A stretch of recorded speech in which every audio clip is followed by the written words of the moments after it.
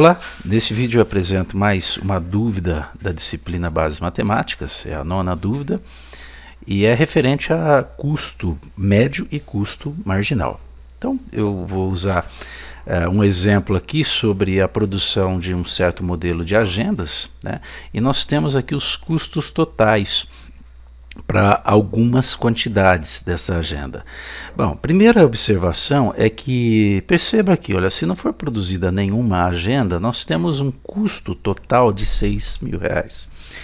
R$6.000. Então você pensa assim, mas se eu não produzir nada, por que eu tenho custo? É o que a gente chama de custo fixo. É a partir do custo que não depende da quantidade produzida.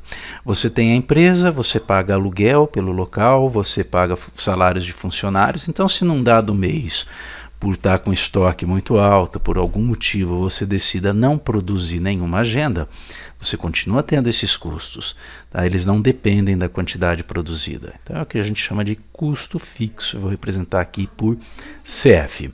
Agora, à medida que você produz, por exemplo, 1.000 unidades, esse custo total vai para 11.000, porque nós somamos ao custo fixo o chamado custo variável. Então, o custo total é a soma desses dois custos. Tá? Por que houve aumento? Porque se você produz agendas, há um consumo de matéria-prima, de energia elétrica, de outros fatores, né, que justamente atribuem um custo por unidade produzida.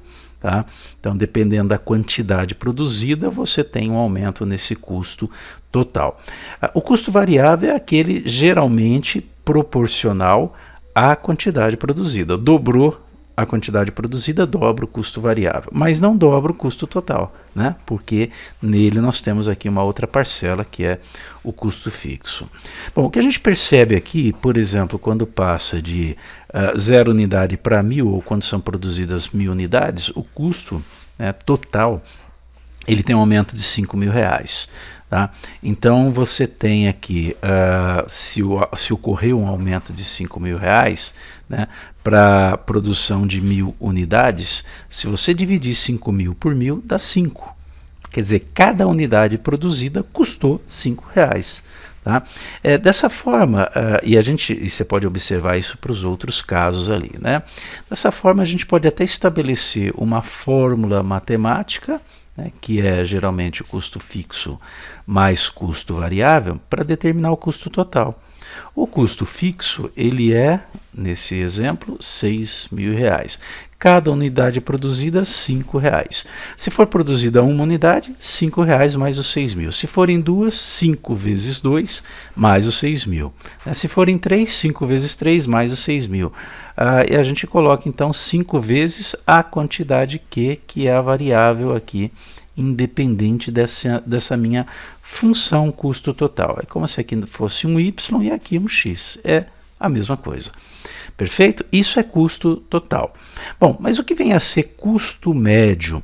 O custo médio é efetivamente o que você tem de custo por unidade produzida. Você fala, são R$5 por unidade produzida.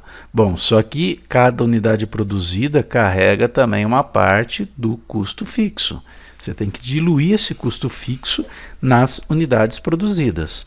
Então, por exemplo, quando você produz 1.000 unidades,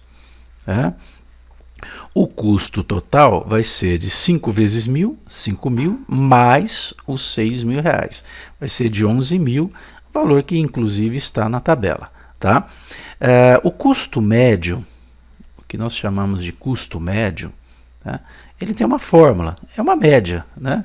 O CM vai ser o custo total para aquele nível de produção, dividido por esse nível de produção. Então, no caso aqui de 1.000 unidades, né, o meu custo médio vai ser R$11.000, o custo total para a produção de 1.000 unidades, dividido por R$1.000. Né? Quer dizer que o custo médio vai dar R$11 por unidade produzida. Correto?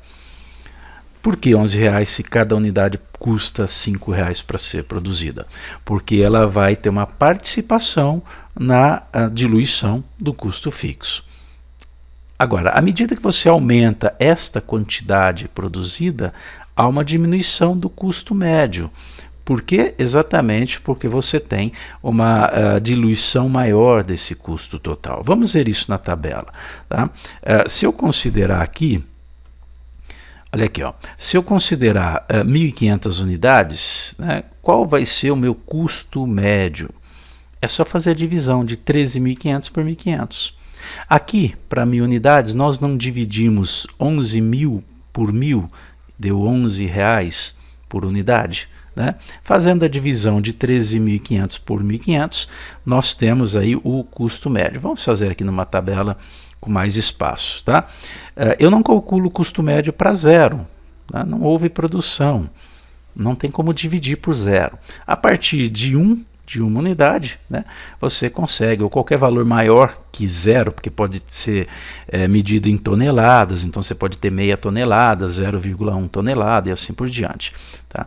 Se você dividir 11.000 por 1.000, como nós fizemos, né, o resultado vai ser de R$11 por unidade. Essa é a unidade considerada aqui para o custo médio.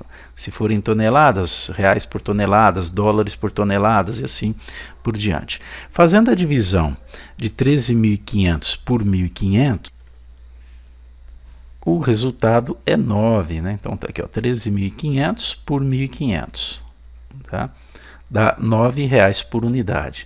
16.000 por 2.000, o resultado, R$8 por unidade. 18.500 dividido por 2.500, o resultado é 7,4 ou R$7,40. Só deixar aqui indicado que é a divisão de 18.500 por 2.500. Tá? Esse 8 é a divisão de 16.000 por 2.000. Tá? E aqui vai diminuindo à medida que você aumentar a produção. Tá? Diminui sempre até zerar? Não. Né? Vai cada vez mais se aproximar de R$5, que é o custo, que é o que a gente chama de custo unitário variável. Né? É o custo da produção de cada unidade sem pensar no custo fixo. Ok? Bom, agora o que vem a ser custo marginal? Nesse nosso exemplo aqui, nós temos, né, como função custo total 6.000 mais 5 que multiplica a quantidade Q. Então, cada unidade que é aumentada aqui provoca um aumento de R$5 no custo total. Isso a gente pode perceber, inclusive aqui, olha, quando nós passamos, né, de 0 para 1.000.